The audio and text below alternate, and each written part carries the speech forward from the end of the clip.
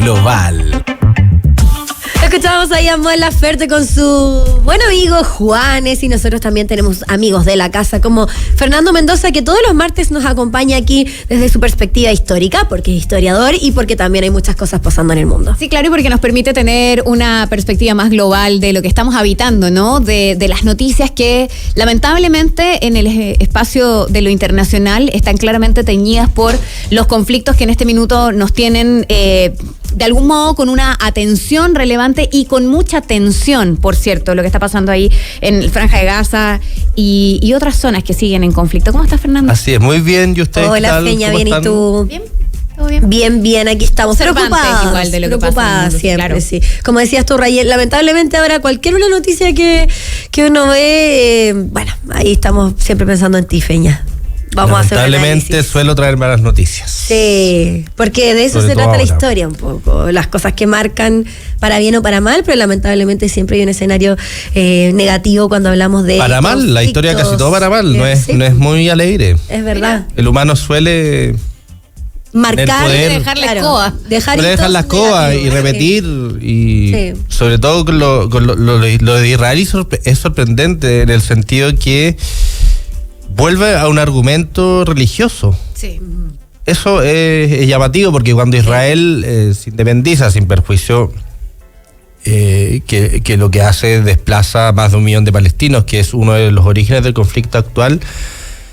El Israel de hace 80 años no utilizaba el argumento bíblico como lo utiliza ahora el gobierno de Benjamín Netanyahu, en donde los socios de coalición de Benjamín Netanyahu dicen muy sintéticamente: en el Antiguo Testamento esta tierra Dios nos la regaló a nosotros y por ende no la vamos a compartir con nadie más. Y eso es lo mismo que decía el ISIS, por ejemplo, Al-Qaeda. Claro. La tierra, no, o sea, utilizando los textos sagrados como argumento de acción política. Entonces, por eso en la introducción, el humano vuelve con los fanatismos, vuelve con estas cosas que se van repitiendo cada cierto tiempo.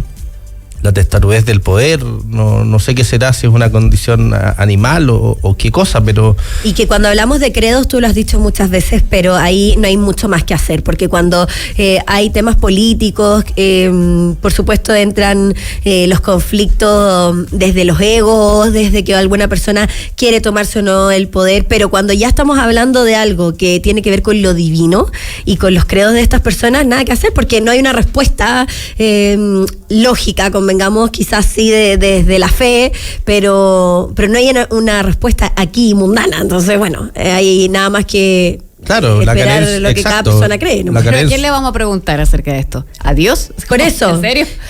Que un poco lo que sí estas personas creen. ¿Quién lo ha Claro. visto? Como, bueno, este es el mandato que Él nos ¿Dónde da. está el alodio, el 800 Dios para llamarlo y preguntarle? Claro, este es el mandato que Dios nos da y no hay ninguna actualización al respecto, entonces nos basamos en eso y punto. Si te gusta bien, si no, no. Listo, no hay... Claro, y ese mismo argumento para ver a los palestinos como personas de segunda categoría. Que es lo que experimentaron los judíos en la Segunda Guerra Mundial. Claro. Fernando, tengo que hacer el paréntesis, lo traigo a colación a propósito de una conversación que tuve en casa ayer porque una de mis hijas estaba justamente hablando en el colegio acerca del apartheid. Y me decía: mamá, finalmente lo del apartheid se logró terminar porque en algún minuto la iglesia dijo que sí tenían alma las personas negras. ¿Hasta cuándo es la razón divina, ya sea emanada directamente a partir de estos libros o de estos textos, o por una persona quien dice ser poseedora de esa representación para, a través de un culto eventualmente, dar alguna declaración, empieza a generar conflictos en la humanidad uno tras otro? Y seguimos hablando de la religión como la causante de gran parte de las divisiones en la humanidad. No digo que sea la única causa, por cierto, pero en eso es en lo que estamos. Y el paréntesis de lo religioso me parece tan relevante porque asistimos a un conflicto tras otro donde hay miles de personas muriendo a partir de algo que tiene que ver con ese fanatismo, que no es lo mismo, creo yo, que la cristiandad. Claro. Estamos llevándolo a otro nivel, pero ha pasado históricamente.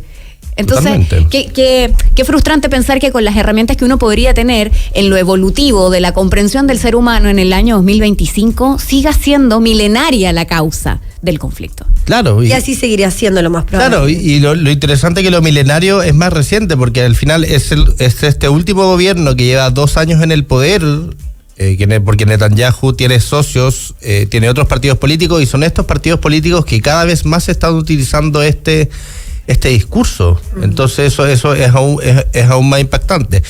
Pero si hablamos de Dios o de algún poder divino que podría terminar este conflicto, si lo existe, y se llama Estados Unidos de América.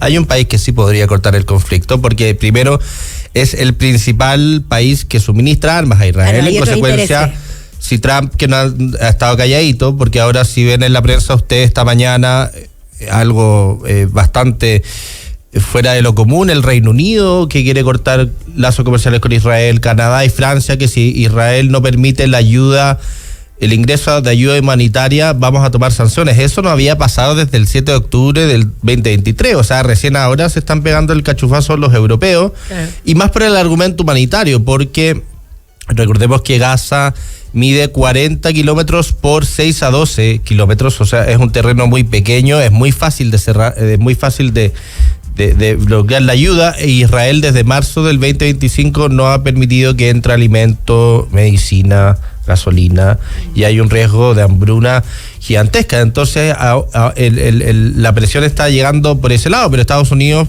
como les comentaba, sigue el suministro de armas, no ha hecho críticas no ha hecho ninguna crítica frente al conflicto, y básicamente tendría la llave de solución, porque en este conflicto el tema clave es cómo se soluciona, porque vemos que en el gobierno de Israel está Benjamín Netanyahu como primer ministro. Su carrera política inicia hace más o menos 30 años, y el mensaje medular de la vida política de Netanyahu es: la solución política de Israel no son 2 estados, es decir, Palestina no tiene derecho a un estado soberano. Ese es básicamente lo que gira el argumento de Netanyahu. Y desde ahí ha seguido en los últimos 30 años así. Y ahora, con estos socios, aún más se ha radicalizado, porque tenemos que expulsar a los palestinos de la tierra que Dios nos dio. Y a Netanyahu le sirve este argumento porque con estos socios se puede mantener en el poder. Y esos son intereses que es finalmente lo que quiera. Entonces, y lo que necesita, además. El problema de Estados Unidos es que Estados Unidos, si se quisiera declarar a Palestina un estado, esto se tiene que votar en las Naciones Unidas, y en las Naciones Unidas hay 5 países con poder de veto, que son China, Rusia, Estados Unidos, Francia e Inglaterra. Entonces, con que Estados Unidos diga siempre que no, el estado no se va a crear. Claro. Entonces, la llave de solucionar el conflicto la tendría Estados Unidos, porque la perspectiva de paz, de solución del conflicto, que gran parte del mundo coincide, es que Palestina tenga un estado soberano. ¿Y la prioridad de Trump es esa hoy? No, imagínate que la mayor donante... entretenido con los chinos. Claro, o sea, por una parte Trump recibió una importante donación de campaña también de grupos pro-Israel. Por ejemplo, la mujer más rica de Israel le donó $100 millones. Él también tiene intereses ahí. Y por ejemplo, Netanyahu ha ido a Estados Unidos, lo han recibido con alfombra roja, le han dado 50 ovaciones en el Congreso de Estados Unidos, como si... y él tirando ahí contra todo, o sea... No hay una crítica que venga. Imagínate que están echando a las universidades a personas que han protestado en manifestaciones en contra de Palestina. Entonces, incluso hay una reacción en contra de la propia libertad de prensa dentro de Estados Unidos. Entonces, si existe algún poder divino que pudiera solucionar este conflicto, sería Estados Unidos, porque es el único que tiene el poder de o dejar de dar armas o de presionar a Israel. Que lo único que se ha manifestado ha sido en que van a ser garantes de lo que Israel ha mencionado primeramente para lograr que las personas no mueran de hambre. Entonces vamos igual a generar un tránsito de alimentos para el lugar. En serio, o sea, ¿cómo agradecer algo tan básico cuando el nivel de conflicto es tan infinitamente más grande? Y cuando está provocado por ellos mismos. Totalmente. Imagínate que Trump propuso que Estados Unidos iba a comprar Gaza para hacerla un resort de Trump. A ese nivel. O sea, Estados Unidos ni siquiera puede comprar eso. Ese nivel, pero lo interesante es que si la opinión pública empieza a estar girando, porque obviamente a nivel de opinión pública sí hay una crítica en torno a Israel, pero a nivel de élites no. Jamás. O sea, Eurovisión, por ejemplo. Eurovisión, sí. A Rusia no le permitieron participar cuando Rusia invadió Ucrania, Israel sigue ahí. Así es. Y hubo mucho conflicto porque la que cantó era una sobreviviente de un atentado, hubo muchas funas, pero Eurovisión dijo no se puede hacer ningún tipo de manifestación política. En la televisión española hicieron como un comentario de lo que está pasando en Gaza y fue como los vamos a multar si ustedes siguen diciendo esto. Y hubo un tema incluso con el auspiciador, no recuerdo quién era el auspiciador principal de Eurovisión, pero es también una empresa perteneciente a una familia judía. Claro. Por eso, es que y hay un tema ahí finalmente con los poderes económicos detrás de todas maneras. Claro, y ese es el punto de por qué recién ahora, o sea, imagínate, recién ahora los países de la Unión Europea están haciendo una crítica cuando esto ha pasado hace casi 2 años. Claro. Y no ha cambiado en mucho. Claro. Pero el tema es que ya si la situación se hace insostenible, que lo está haciendo, es cuando Estados Unidos y cómo va a intervenir, porque tampoco la Unión Europea, si bien tiene puede hacer esta condena, les insisto que el que tiene el poder de cambiar las cosas de Estados Unidos, pero Trump no le interesa o no le conviene porque él recibe mucho dinero de ese sector también. Sí. O las dos cosas. No le interesa, pero tampoco le conviene. Claro, van de la mano. Sí. Totalmente. Entonces, Fernando, si uno quisiera pensar en otros actores que eventualmente, más allá de tener la solución o no, pero pueden ser voces que incidan en el cambio de norte en este conflicto, ¿quiénes serían? ¿Países o personas? Países o personas, no, yo creo que ningún otro, o sea, no hay, porque el tema es de las armas, el tema claro. que o sea, la presión militar que está haciendo Israel, ¿cómo puede parar la guerra sin armas? ¿Y quién da las armas? Estados Unidos. No hay otro poder así, porque también por la lógica de las Naciones Unidas tampoco permite que haya otra forma de resolverlo, porque con que un solo país pueda vetar que la creación de un Estado palestino en las Naciones Unidas no pasaría solo con el veto de Estados Unidos. Por ejemplo, si Francia e Inglaterra ahora votaran que sí, de igual forma el veto no podría ser. No sé, ahora Israel estaba buscando a dónde podía echar estas 2 millones de personas y los otros países árabes le dijeron que no, ninguna posibilidad. Arabia Saudita podría ser porque tiene petróleo, pero Trump acaba de ir y también estos países le acaban de prometer millones de dólares en compras y venta. Entonces, también ponerse a presionar a Trump, conociendo a Trump, tampoco es una idea muy, muy buena. Y demuestra que tampoco a nadie le importa mucho. Claro. Ese es el otro punto. A nadie tanto le importa, porque si a alguien le hubiese importado, hubiese existido algún tipo de variación en la situación desde el 7 de octubre del 2003. El punto, sí. A nadie le importa. Sí, y además estoy pensando cómo se contrapone lo que ustedes mismos mencionaban, lo de el cristianismo, como también hay signos que quizás a nadie le importan en el fondo en la conversación de raíz, y siendo sinceros, pero si es que el nuevo Papa va a asistir a alguna conversación con Donald Trump, o si es que se va a involucrar en este tipo de conflictos bélicos, digamos, y qué tanto influye o no más allá de los credos de cada uno de estos lugares y de dónde surge también cada conflicto. O sea, como que igual el Papa desde su perspectiva católica también algo irá a hacer porque es parte de su responsabilidad, pero qué difícil como ahí también se van uniendo cada uno de las piezas. Claro, pero hacer en lo público, que es decir, palabras espero la paz, es claro. Una cosa, intervenir en la negociación política interna es otra. Sí. Más allá de las reuniones que también existen y están, pero porque claro, el Papa Francisco, la última reunión que tuvo fue con el vicepresidente de los Estados Unidos. Entonces, claro. Mira, Juan Pablo II se hizo el regil con la violación a los derechos humanos en Chile. Sí. Entonces también se acomoda la cosa, dependiendo del momento. ¿Y con cuántas otras cosas más? ¿Con cuántas otras cosas más? Pero claro, también vemos un papa hoy en día, que no solo el actual, sino que cualquier papa desde esta nueva era que tuitea, que cualquier cosa que pasa como que está ahí. Entonces son voces que al fin y al cabo no mueven la aguja, pero igual tienen que dar un discurso.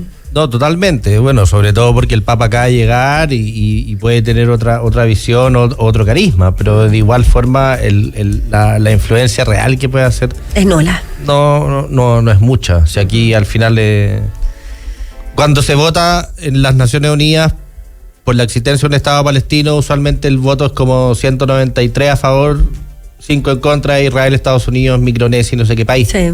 Si es que no hay mucho más, no hay mucho otro, o sea, no hay mucho otro país que tenga en este momento una situación real de cambiar la situación por esta influencia económica que tiene. Claro. Y imagínate que recién a nivel de prensa se está criticando un poco más, y New York Times, como los diarios más hegemónicos están haciendo un enfoque más crítico. O sea, ¿de cuánto? El primer año después de los atentados era que Israel tiene derecho de defensa, y eso se mantuvo por un año, y el que decía cualquier otra cosa era un antisemita. Obvio. Ahora o sea, si yo digo que yo digo que Israel está haciendo algo similar a lo que le hicieron los nazis, que se puede perfectamente argumentar, eso yo sería automáticamente calificado antisemita en la prensa y se me quitaría la capacidad de argumentar, porque si yo te ataco es como me inhibe a la discusión del problema, y eso recién ahora. Imagínate lo de Eurovisión, todavía es muy fuerte la censura de algo que está pasando activamente. O sea, ¿cómo no te puede molestar que estén muriendo o que hay niños diariamente siendo bombardeados? Se ha bombardeado un hospital. Un hospital, sí, directamente. En un lugar que mide 40 por 10 kilómetros y que la gente tiene que estar moviéndose constantemente, escapando de las bombas porque no sabe dónde van a caer, y además ni siquiera puede salir porque el territorio está bloqueado. Entonces es como un campo de concentración a cielo abierto, porque tú no puedes ir a ninguna parte, y además como les comentaba, Gaza está bloqueada desde marzo para que no ingrese comida, ni agua, ni alimentos, porque el gobierno dice vamos a presionar a la gente para que jamás llegue a algún acuerdo. O sea, el ministro de Finanzas de Israel hace 2 semanas dijo queremos que Gaza sea totalmente destruida, que la gente se vaya al sur y que finalmente un tercer país acepte esta población. Claro. Y eso es un crimen de guerra, porque eso es limpieza étnica. O sea, los propios ministros de Israel están normalizando crímenes de guerra y lo están haciendo política de Estado, mientras nosotros aquí sentados no podemos hacer absolutamente nada. No podemos hacer nada. Bueno. Pero está pasando en pleno 2025, como decía la Rayana, nuestro ojo, vista y paciencia. Y de toda la comunidad. Difícil. Y de toda la comunidad. ¿Y qué?